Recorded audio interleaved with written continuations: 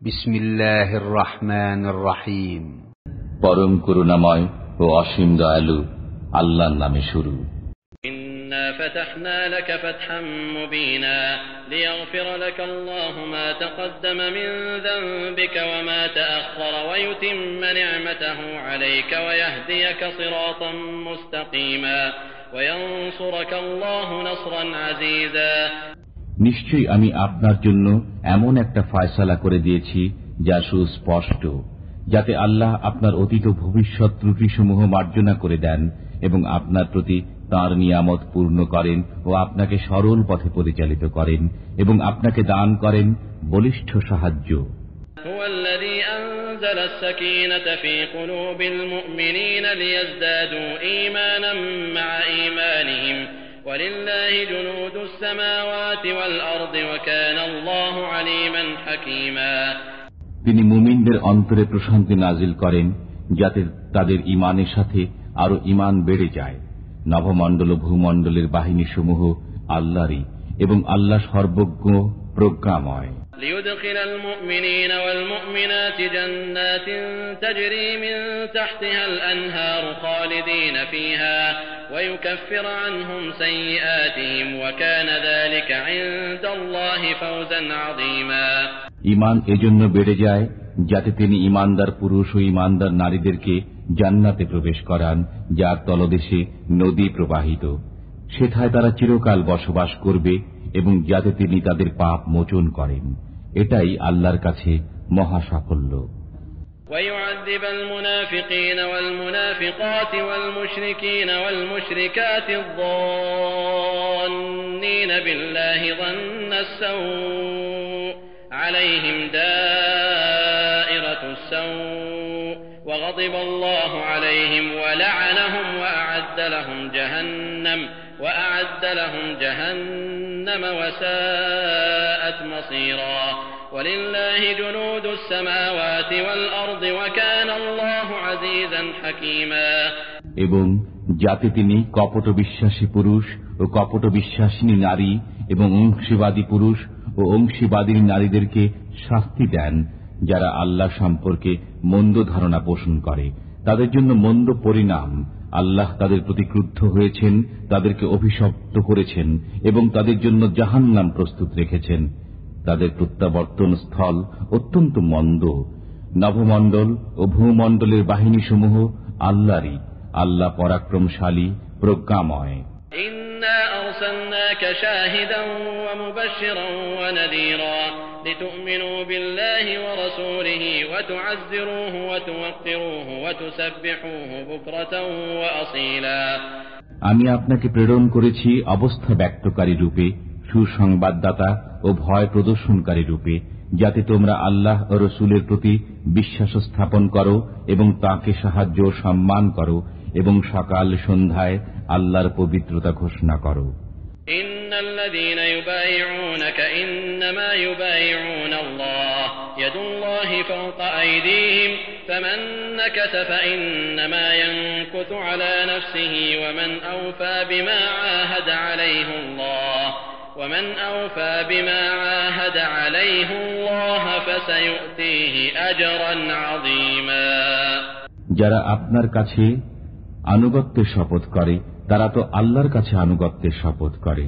আল্লাহর হাত তাদের উপর রয়েছে, অতএব যে শপথ ভঙ্গ করে অতি অবশ্যই সে তার নিজের ক্ষতির জন্যই করে, এবং যে আল্লাহর সাথে কৃত অঙ্গীকার পূর্ণ করে আল্লাহ সত্তরই তাকে মহা পুরস্কার দান করবেন।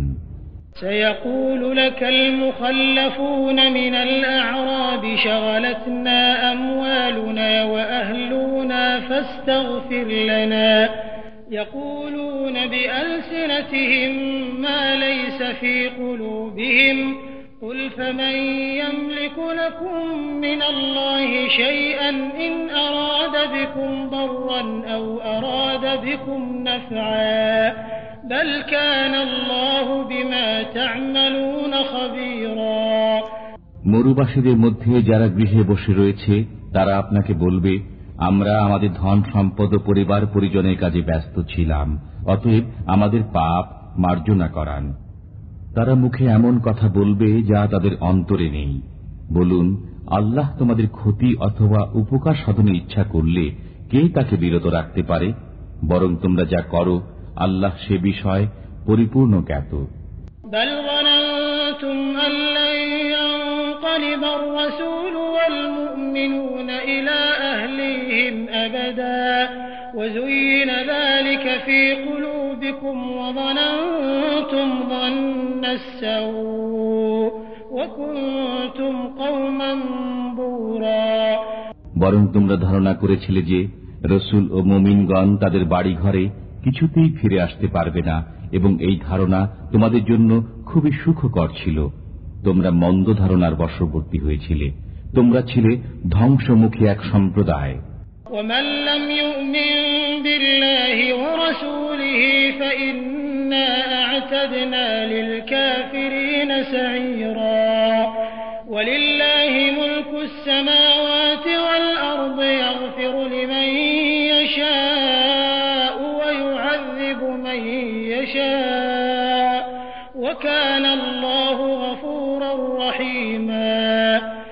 যারা আল্লাহ ও তার রাসূলে বিশ্বাস করে না, আমি সেসব কাফিরের জন্য জ্বলন্ত অগ্নি প্রস্তুত রেখেছি। নভমণ্ডল ও ভূমণ্ডলের রাজত্ব আল্লাহরই। তিনি যাকে ইচ্ছা ক্ষমা করেন এবং যাকে ইচ্ছা শাস্তি দেন। তিনি ক্ষমাশীল, পরম মেহেরবান। سيقول المخلفون إذا انطلقتم إلى مغانم لتأخذوها ذرونا نتبعكم يريدون أن يبدلوا كلام الله قل لن تتبعونا كذلكم قال الله من قبل فسيقولون بل تحسدوننا بل كانوا لا يفقهون إلا قليلا। তোমরা যখন যুদ্ধলব্ধ সন্ধান সম্পদ সংগ্রহের জন্য যাবে, তখন যারা পশ্চাতে থেকে গিয়েছিল তারা বলবে, আমাদেরকেও তোমাদের সঙ্গে যেতে দাও। তারা আল্লাহর কালাম পরিবর্তন করতে চায়। বলুন, তোমরা কখনো আমাদের সঙ্গে যেতে পারবে না, আল্লাহ পূর্ব থেকেই এরূপ বলে দিয়েছেন। তারা বলবে, বরং তোমরা আমাদের প্রতি বিদ্বেষ পোষণ করছো। পরন্তু তারা সামান্যই বোঝে। قل للمخلفين من الأعراب ستدعون إلى قوم أولي بأس شديد تقاتلونهم أو يسلمون فإن تطيعوا يؤتكم الله أجرا حسنا وإن تتولوا كما توليتم من قبل يعذبكم عذابا أليما। গৃহে অবস্থানকারী মরুবাসীদেরকে বলে দিন, আগামীতে তোমরা এক প্রবল পরাক্রান্ত জাতির সাথে যুদ্ধ করতে আহুত হবে। তোমরা তাদের সাথে যুদ্ধ করবে যতক্ষণ না তারা মুসলমান হয়ে যায়। তখন যদি তোমরা নির্দেশ পালন করো, তবে আল্লাহ তোমাদেরকে উত্তম পুরস্কার দেবেন। আর যদি পৃষ্ঠ প্রদর্শন করো, যেমন ইতিপূর্বে পৃষ্ঠ প্রদর্শন করেছ, তবে তিনি তোমাদেরকে যন্ত্রণাদায়ক শাস্তি দেবেন।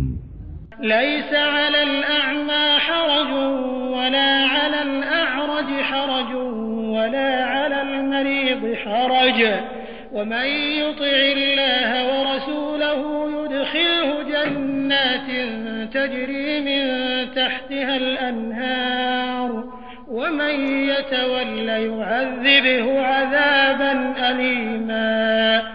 অন্ধের জন্য, খঞ্জের জন্য ও রুগ্নের জন্য কোনো অপরাধ নেই, এবং যে কেউ আল্লাহ ও তার রাসূলের আনুগত্য করবে তাকে তিনি জান্নাতে দাখিল করবেন, যার তলদেশে নদী প্রবাহিত হয়। পক্ষান্তরে যে ব্যক্তি পৃষ্ঠ প্রদর্শন করবে তাকে যন্ত্রণাদায়ক শাস্তি দেবেন। لقد رضي الله عن المؤمنين إذ يبايعونك تحت الشجرة فعلم ما في قلوبهم فأنزل السكينة عليهم وأثابهم فتحا قريبا ومغانم كثيرة يأخذونها وكان الله عزيزا حكيما। আল্লাহ মুমিনদের প্রতি সন্তুষ্ট হলেন যখন তারা বৃক্ষের নিচে আপনার কাছে শপথ করল। আল্লাহ অবগত ছিলেন যা তাদের অন্তরে ছিল। অতঃপর তিনি তাদের প্রতি প্রশান্তি নাজিল করলেন এবং তাদেরকে আসন্ন বিজয় পুরস্কার দিলেন এবং বিপুল পরিমাণে যুদ্ধলব্ধ সম্পদ যা তারা লাভ করবে। আল্লাহ পরাক্রমশালী, প্রজ্ঞাময়। وعدكم الله مغانم كثيرة تأخذونها فعجل لكم هذه وكف أيدي الناس عنكم ولتكون آية للمؤمنين ويهديكم صراطا مستقيما। আল্লাহ তোমাদেরকে বিপুল পরিমাণ যুদ্ধলব্ধ সম্পদের ওয়াদা দিয়েছেন যা তোমরা লাভ করবে। তিনি তা তোমাদের জন্য ত্বরান্বিত করবেন। তিনি তোমাদের থেকে শত্রুদের স্তব্ধ করে দিয়েছেন, যাতে এটা মুমিনদের জন্য এক নিদর্শন হয় এবং তোমাদেরকে সরল পথে পরিচালিত করেন। وأخرى لم تقدروا عليها قد أحاط الله بها وكان الله على كل شيء قديرا। আরো একটি বিজয় রয়েছে যা এখনো তোমাদের অধিকারে আসেনি। আল্লাহ তা বেষ্টন করে আছেন। আল্লাহ সর্ববিষয়ে ক্ষমতাবান। ولو قاتلكم الذين كفروا لولوا الأدبار ثم لا يجدون وليا ولا نصيرا سنة الله التي قد خلت من قبل ولن تجد لسنة الله تبديلا। যদি কাফিররা তোমাদের মোকাবিলা করত তবে অবশ্যই তারা পৃষ্ঠ প্রদর্শন করত। তখন তারা কোনো অভিভাবক ও সাহায্যকারী পেত না। এটাই আল্লাহর রীতি যা পূর্ব থেকে চালু আছে। তুমি আল্লাহর রীতিতে কোনো পরিবর্তন পাবে না। وهو الذي كف أيديهم عنكم وأيديكم عنهم ببطن مكة من بعد أن أظفركم عليهم وكان الله بما تعملون بصيرا। তিনি মক্কা শহরে তাদের হাত তোমাদের থেকে এবং তোমাদের হাত তাদের থেকে নিবারিত করেছেন এবং তাদের উপর তোমাদেরকে বিজয়ী করার পর তোমরা যা কিছু করো আল্লাহ তা দেখেন। هم الذين كفروا وصدوكم عن المسجد الحرام والهدي معكوفا أن يبلغ محله ولولا رجال مؤمنون ونساء مؤمنات لم تعلموهم أن تطؤوهم فتصيبكم منهم معرة بغير علم ليدخل الله في رحمته من يشاء لو تزيلوا لعذبنا الذين كفروا منهم عذابا أليما। তারাই তো কুফরি করেছে এবং বাধা দিয়েছে তোমাদেরকে মসজিদে হারাম থেকে এবং অবস্থানরত কুরবানির জন্তুদেরকে যথাস্থানে পৌঁছতে। যদি মক্কায় কিছু সংখ্যক ঈমানদার পুরুষ ও ঈমানদার নারী না থাকত যাদেরকে তোমরা জানতে না, অর্থাৎ তাদের পিষ্ট হয়ে যাওয়ার আশঙ্কা না থাকত, অতঃপর তাদের কারণে তোমরা অজ্ঞাতসারে ক্ষতিগ্রস্ত হতে, তবে সবকিছু চুকিয়ে দেওয়া হতো। কিন্তু এ কারণে চুকানো হয়নি যাতে আল্লাহ তাআলা যাকে ইচ্ছা স্বীয় রহমতে দাখিল করে দেন তো হতে, তবে সবকিছু চুকিয়ে দেওয়া হতো। কিন্তু এ কারণে চুকানো হয়নি যাতে আল্লাহ তাআলা করে দেন তো হতে, তবে সবকিছু চুকিয়ে দেওয়া হতো। কিন্তু এ কারণে চুকানো হয়নি যাতে আল্লাহ তাআলা যাকে ইচ্ছা স্বীয় রহমতে দাখিল করে দেন। যদি তারা সরে যেত তবে আমি অবশ্যই তাদের মধ্যে যারা কাফির তাদেরকে যন্ত্রণাদায়ক শাস্তি দিতাম। إذ جعل الذين كفروا في قلوبهم الحمية حمية الجاهلية فأنزل الله سكينته على رسوله وعلى المؤمنين وألزمهم كلمة التقوى وكانوا أحق بها وأهلها وكان الله بكل شيء عليما। কেননা কাফিররা তাদের অন্তরে মূর্খতা যুগের জেদ পোষণ করত, অতঃপর আল্লাহ তার রাসূল ও মুমিনদের উপর স্বীয় প্রশান্তি নাজিল করলেন এবং তাদের জন্য সংযমের বাক্য অপরিহার্য করে দিলেন। বস্তুত তারাই ছিল এর অধিকতর যোগ্য ও উপযুক্ত। আল্লাহ সর্ববিষয়ে সম্যক জ্ঞাত। لقد صدق الله رسوله الرؤيا بالحق لتدخلن المسجد الحرام إن شاء الله آمنين محلقين رؤوسكم ومقصرين لا تخافون فعلم ما لم تعلموا فجعل من دون ذلك فتحا قريبا আল্লাহ তাঁর রাসূলকে সত্য স্বপ্ন দেখিয়েছেন। আল্লাহ চাহেন তো তোমরা অবশ্যই মসজিদে হারামে প্রবেশ করবে নিরাপদে, মস্তক মুন্ডিত অবস্থায় এবং কেশ কর্তিত অবস্থায়। তোমরা কাউকে ভয় করবে না। অতঃপর তিনি জানেন যা তোমরা জানো না। এছাড়াও তিনি দিয়েছেন তোমাদেরকে একটি আসন্ন বিজয়। هو الذي أرسل رسوله بالهدى ودين الحق ليظهره على الدين كله وكفى بالله شهيدا তিনি তার রাসূলকে হিদায়াত ও সত্য ধর্ম সহ প্রেরণ করেছেন যাতে একে অন্য সমস্ত ধর্মের উপর জয়যুক্ত করেন। সত্য প্রতিষ্ঠাতারূপে আল্লাহ যথেষ্ট।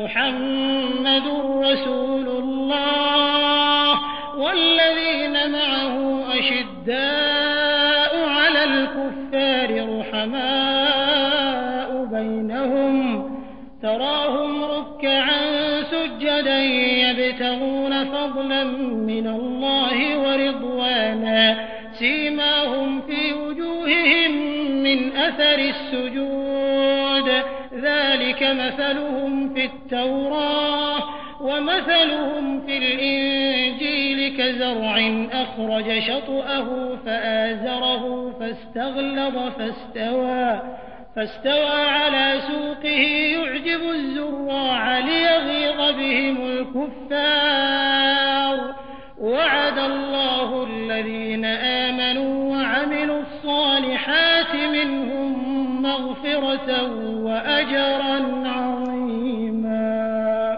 মুহাম্মদ আল্লাহর রাসূল এবং তার সহচরগণ কাফিরদের প্রতি কঠোর, নিজেদের মধ্যে পরস্পর সহানুভূতিশীল। আল্লাহর অনুগ্রহ ও সন্তুষ্টি কামনায় আপনি তাদেরকে রুকু ও সিজদারত দেখবেন। তাদের মুখমণ্ডলে রয়েছে সিজদার চিহ্ন। তাওরাতে তাদের অবস্থা এরূপী এবং ইঞ্জিলে তাদের অবস্থা যেমন একটি চারাগাছ যা থেকে নির্গত হয় কিশলয়, অতঃপর তা শক্ত মজবুত হয় এবং কাণ্ডের উপর দাঁড়ায় দৃঢ়ভাবে, চাষীকে আনন্দে অভিভূত করে, যাতে আল্লাহ তাদের দ্বারা কাফিরদের অন্তর্জ্বালা সৃষ্টি করে। তাদের মধ্যে যারা বিশ্বাস স্থাপন করে এবং সৎ কর্ম করে, আল্লাহ তাদেরকে ক্ষমা ও মহা পুরস্কারের ওয়াদা দিয়েছেন।